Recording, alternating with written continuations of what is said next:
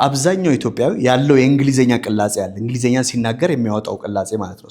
ቢኒ ዛሬ ፕራክቲስ የምናደርገው እሱም በምን መለወጥ ይችላሉ ወይም ደግሞ ሀሪፍ እንዴት ማድረግ ይችላሉ። ያው አውቃለሁ አንተ ጋር ያለው አሜሪካን እንግሊሽ ነው፣ አሜሪካን አክሰንት ነው። በሱ እያረክልኝ ትነግረኛል። እኔ አረፍተ ነገሮቹን አነብልሃለሁ። ኦኬ I have got a lot of friends ቢሉ ምን ብለህ ትገልጸዋለህ አንተ? I have got a lot of friends። በዚህ ቅላጼ ማለት ይቻላል I have got a lot of friends። እሺ በጣም ጥሩ። ሁለተኛው ላይ shut up and get out of here።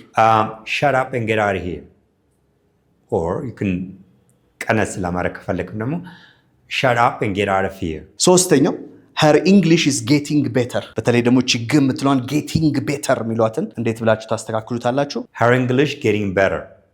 her English getting better ሳይሆን her English getting better። አራተኛው I bought this sweater last Saturday አልኩኝ። ምንም ችግር የለበትም ግን የሚያምረው ግን አንተ በምትለው እስቲ I bought this sweater last Saturday። I bought this sweater last Saturday። I bought this sweater last Saturday። አምስተኛው what a beautiful butterfly የሚለውን በአንተ ቅላጼ ምን ልትለው ትችላለህ? What a beautiful butterfly። What a beautiful butterfly። እሺ ስድስተኛው give me 2 liters of water ኦኬ ፕሊዝ ምናምን ብል 2 liters of water። ብዙ ጊዜ ደግሞ የሚል ደግሞ እናመጣለን water አይደል ሊትር የምንለው ነገር አለ። እስቲ እሱን እያስተካከልክ ትነግረኛለህ። ዋተር የምትለውን ብቻ ነው እንጂ ኦኬ እሺ give me 2 liters of water please። give me 2 liters of water please። እሺ I am not a doctor። I'm not a doctor። እንደውም ይላል I'm not a doctor። I'm not a doctor። No don't say that። I'm not a doctor።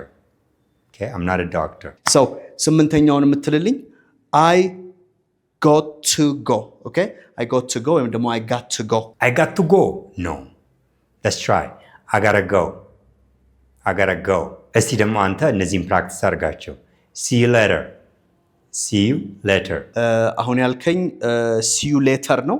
አንተ ባነበብክበት እንትን ግን ቲ በሁለት ቫውሎች መካከል ስለሆነች see you later ማለት እችላለሁ ማለት ነው። It doesn't matter።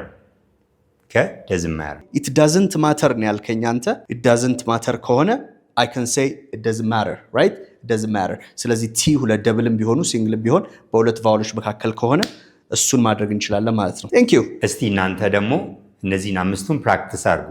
Sit up, get away, get in and get out።